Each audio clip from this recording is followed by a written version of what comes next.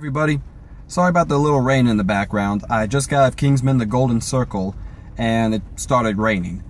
Actually, about the last act of the movie started thundering outside, and I thought it was the movie until, step out and you see it's raining. But that had a nice little effect to the movie. And Kingsman, the Golden Circle is... best way to describe it? Kingsman, the Secret Service, from the first movie, if it came down with sequelitis. Not a bad case of sequelitis, but there's a case of sequelitis. What sequelitis, you might ask? Well, I'm glad you asked. And if you didn't ask, too bad, in for a lecture. So, sequelitis is when a surprise hit of a movie, and one no one thought was going to be good, or a big hit, comes around and suddenly the studio says, hey, we can make a sequel of that. We can make some money. But we already told our story. How do we expand upon this? Now, some movies don't fall under sequelitis if they can take the original idea and build upon it into a new realm we never expected. Seen mostly in what would say the DreamWorks sequels, as in How to Train Your Dragon, Kung Fu Panda, and honestly, the Shrek movie. The sequels, I would say, are far superior than their originals. And that kind of being it for them. I'm not going to get into Shrek 3rd or Kung Fu Panda 3. Both. Okay, Kung Fu Panda 3 is a good movie, but Shrek 3, no. But back to Kingsman. What do I mean by when it has sequelitis? Well, in sequelitis you can expect a couple things to happen. One, useless character deaths. Pretty much, if you're going to introduce a new roster of characters, you gotta clear out the old ones. Meaning they either are A, written out of the movie, or just simply blown up out of the movie. And yeah, that scene everyone's seen in the trailers, there's some people going with that. Seems kind of cheap if you ask me, but I'll give the movie credit. They don't skirt around that. You dead. A little bit. Anyone seen the trailers, especially the recent ones, know what I'm talking about. And for those wondering, they do explain it, and they give a somewhat plausible reason. It seems very MacGuffin-y, but you take what you can. And they actually do roll with that MacGuffin a couple of times. It's not as bad as the Dragon Balls from Dragon Ball Z, but it's kind of noticeable. Also in sequelitis, you can expect new organizations that seem to mirror ours, but aren't exactly the same as the original. In this case, instead of Kingsmen, because kaboom, we have Statesmen. And I will give them credit, unlike being a clothing store, they are a whiskey distillery and a lot of alcohol-induced products. Which makes sense if it's based in America. Let's be honest, we don't exactly are known for our tailored suits. We're more for our hard liquor and, selfies, and I don't think there's gonna be a selfies man. Please don't, for the love of all humanity. So, yes, you get a new organization, and the other thing of sequelitis, one of the big traits, and this is one of my biggest problems with this movie, it's still good, I want to stress that it's still good, but the biggest problem is, when sequelitis happens, they look at what everyone enjoyed from the first movie, and then crank that setting up to 11, which was once charming, original, and kind of cool, suddenly becomes a bit jarring and distracting. Think to the church scene from the first movie.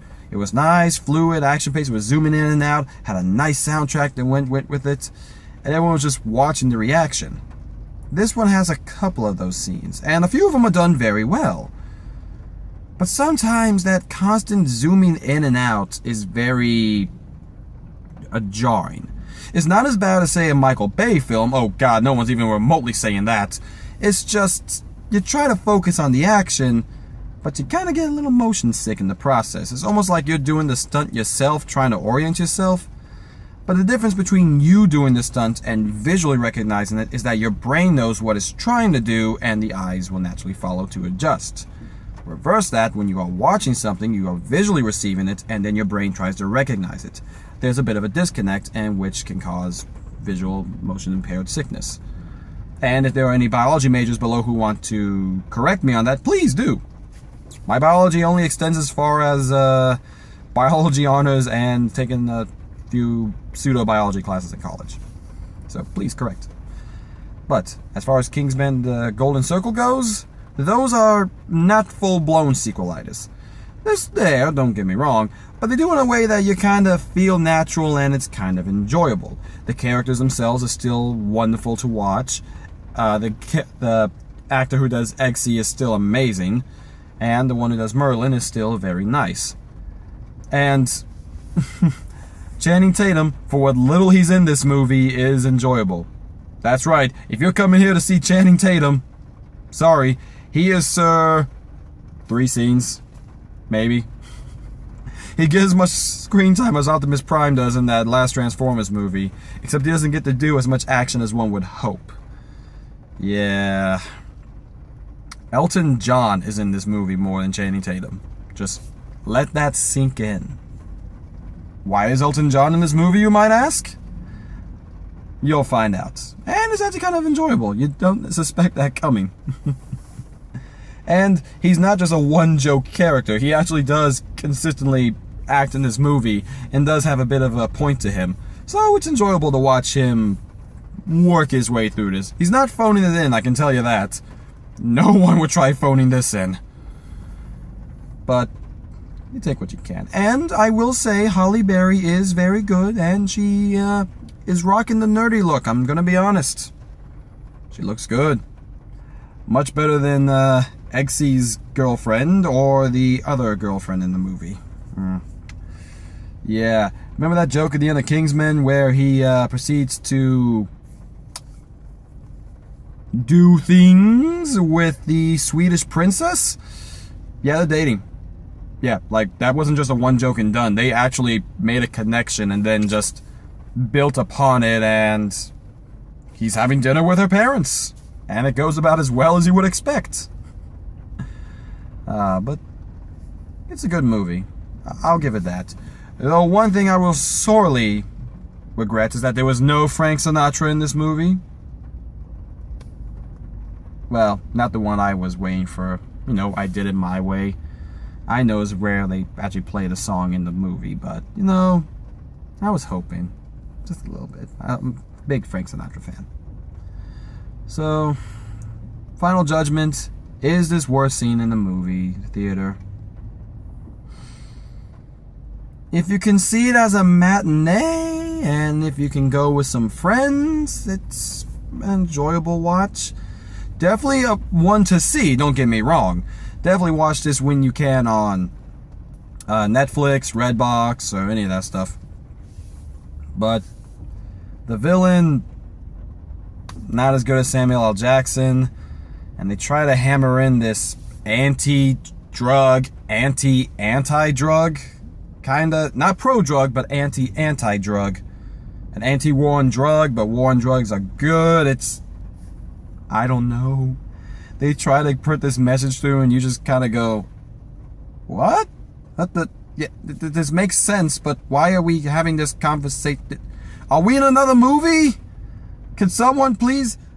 Can we go back to the spies? Why are we in the Oval Office with President replace Obama because Obama died in the last Kingsman movie? Yeah, that happened, by the way. Just head, kaboosh. And before you say, that wasn't Obama, look at the silhouette, it was Obama. Though, to be fair, they blew up a lot of people's heads. I think I saw Winston Churchill and once, not Winston Churchill, Tony Blair. I think I saw Tony Blair's head go as well. And I even think I saw a couple of Russian diplomats, not Putin, but usually the guy standing next to him. So, that's Kingsman related, not Golden Circle.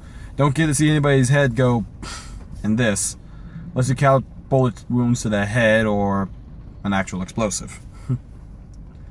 So yeah, definitely one to watch, just theaters, nah, you ain't missing much.